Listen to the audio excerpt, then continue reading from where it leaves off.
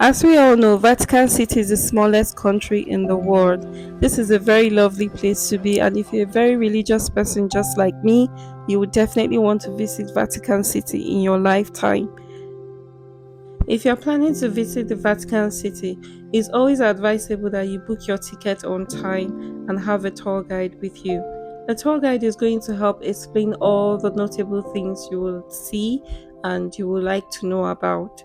First off, you start from the entrance where there's a queue, you get checked in, your bag and everything. It's more like a security scrutiny. It's just like where you see it's just like when you're going into other countries where they have borders and they have to check your bag and phones and everything before you cross over. So there's something like that. When you're done, you can actually start from anywhere, but we decided to start from the museum. So we went through to the museum. We saw lots of stuff. We stepped into the garden, and then in the garden, the painting of the Judgment Day is displayed. We all know about the Judgment Day, painted by Michelangelo. And then we proceeded to inside of the museum where there are lovely and amazing sculptures, inside of the museum, and we saw amazing life like sculptures. You won't even believe this. Like, how do people of those times sculpt all this into perfection? This is amazing. All these were like the heads of an emperor, I think. And then we proceeded to check more sculptures and some other things around. These are every piece you see inside this room actually means something, is history, is unique. It's not something you see like anywhere. It's all unique piece and everything that has history behind all of them. And then we proceeded to some other parts of the museum where there's pots and amazing things you will see. You also see like tombs of people that were made. You could also see the Helen of Troy um, stuff going on there. There's also this painting. Where is that painting? Yes, this painting.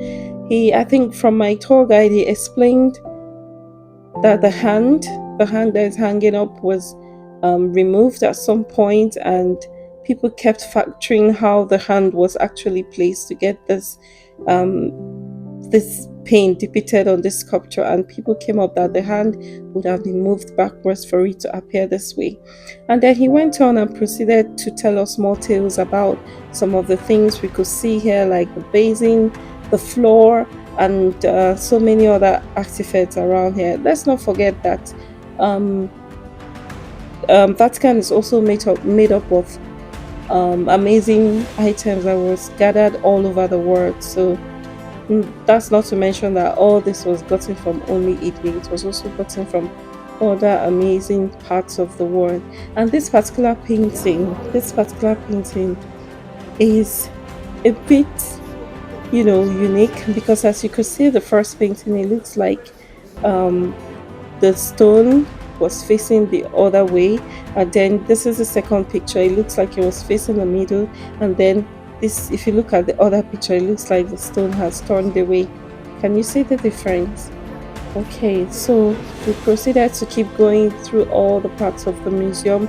We walked down to the Sistine Chapel, and just to mention, when you're going down the Sistine Chapel, you need to keep quiet, and you don't have to use your phones to take pictures or videos, and you just have to just enjoy the scenery and everything that there is in the Sistine Chapel.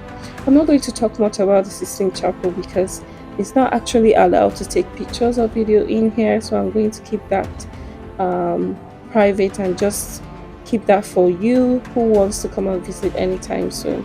This is just meant for your eyes to see only, and not for us to get the videos for you. So we proceeded, and after the Sistine Chapel, we came outside to the main courtyard for the church, and then we just looked around the whole cathedral, and then we went into the St. Peter's Basilica. This is a very notable place in the Vatican City. Is the church where the first saint was buried. That was Saint Peter's. He was buried under this church, I presume, and a lot of history and a lot of things have gone into this place, this particular place. This is the home of so many popes. About 100 and something popes have, lived here and all that. So this is a very amazing place to see, to visit. We went in. All the stuff about this place is unique, from the buildings to the pillars to the seat. Everything is just amazing. And when I keep walking around, I just kept thinking to myself, how could, you know, people make these amazing sculptures? And a lot of things just going through my head. Like, it's all in one. Like, beauty and everything is just all in one. I was fascinated, and I'm sure if you go on a tour to this place, you'll be fascinated as well. So I was just going around watching all the beautiful sculptures, watching all the hotels, and having my tourist guide tell me so much about the St. Peter's Basilica. At one point, we talked about the first Constantine, Constantine, Constantine, Constantine church, the first church which was built here before the bigger St. Peter Basilica was erected. So after that, taking a tour, we were going up to the dome part of the church. I put in my main phone and used my other phone for this record. It encompasses about 500 and something steps, I think. And as you go up, as you go higher, the steps get more narrow. And yeah, I was able to get to the top. It's just amazing place to be. When you get to the very top, you can see the city of Rome from there. So it's just an amazing view. I can't wait to go back there and try it again. And then afterwards, I just came out to the main courtyard of the St. Basilica Church. I just took more pictures of the sculptures and the fountain around the area. And then this is another amazing place about the about this Vatican City. Just around this white line where I was standing divides the city of Italy from Vatican City. So once you cross this line, you are in once you cross this line, you are in Rome. And once you're inside, that's the other side of the line, you are in Vatican City, which is another country of its own. So I can boastfully say that I have been to two countries in one trip. So tell me what you love about this. Tell me what you've heard about Rome, about Vatican City, most especially, and tell me what you're looking forward to see on your next trip to Italy. Hi everyone, it's Colin Jenkins. Welcome, welcome, welcome. Today we are in the Vatican City. Don't forget to follow my channel, like, share, and comment. Now, looking over this beautiful place, can you see the view? You can see that this is the most important and the most famous place in the history of Christianity.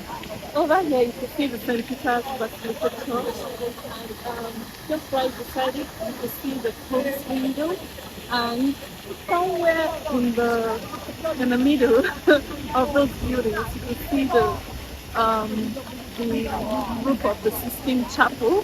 And then, if you look a bit much further away, you can see the Sistine, where they have the museum. So in the museum, you can see like lots of sculptures, from animal sculptures, pots, and lots of other lovely sculptures, man and human form sculptures that were made like years and thousands of years ago. And if you look all around, you can see that this is a lovely place made of like very expensive